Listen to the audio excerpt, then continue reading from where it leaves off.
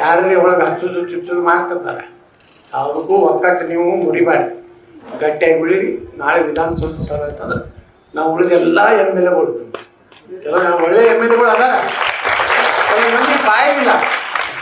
ನಾವು ಬಾಯಿ ಮಾಡ್ತೀವಿ ಅಂತೇಳಿ ಜನ ನಮ್ಮ ಹಿಂದದಾರ. ಹಿಂಗಾಗಿ ನಮಗೇನು ಪಕ್ಷ ಗಿಕ್ಷ 2 ಸಲ ಹೊರಗೆ ಹಾಕ್ತವ್ರಿ, ನಾವು ಭಾಳ ಪಕ್ಷದಲ್ಲಿ ಮಾತಾಡ್ಸ್ಬಿಡ್ತೀವಿ. ಅದು ನಮ್ಮ ತಾಕತ್ತ ಇದ್ದಿದ್ದ.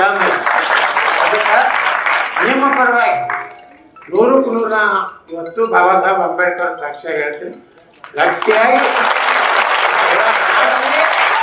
ನಾವೆಲ್ಲ ಮಹಾನಗರ ಪಾಲಿಕೆ ಸದಸ್ಯರು ನಾವು ಎಲ್ಲ ಗಟ್ಟಿ ಇರ್ತೀವಿ. ನಿಮ್ಮ ಜೊತೆ ನೀವೇನು ಹಂಚಬೇಡ್ರಿ. ಏನೇ ನೀವು ಸಹಿತ ಬಿಜಾಪುರ ಇಟ್ಟು ಚಲೋ ಆಗ್ಲಕ್ಕ ಕಾರಣ ನೀವು ಅದಿರಿ. ನಾನು ನಿಮಗೆ ಅಭಿನಂದನೆ. ಈಗ ಬಿಜಾಪುರಕ್ಕೆ ಇಟ್ಟು ನಮ್ಮ ಕಮಿಷನರ್ ಹಿಡಿದು ಪ್ರತಿಯೊಬ್ಬ ಸಣ್ಣ ಪೌರ ಕಾರ್ಮಿಕ ಹಿಡಿದು ನೀವೆಲ್ಲ ಶ್ರದ್ಧೆಯಿಂದ ಕೆಲಸ ಮಾಡಿರ್ತಾರೆ. ಇವತ್ತು ಭಾರತದಾಗ 3ನೇ ನಂಬರ್ ಬರಲಿಕ್ಕೆ ಕಾರಣ ಈ ಹೋರಾಟ ನಿಲ್ಲಿಸುವುದಿಲ್ಲ. ಇದು ಏನಾರ ಏಕ್ ಮಾರ್ ದೋಟು ಕಡೆ ಆಗೋದು ವಿಧಾನಸಭಾ.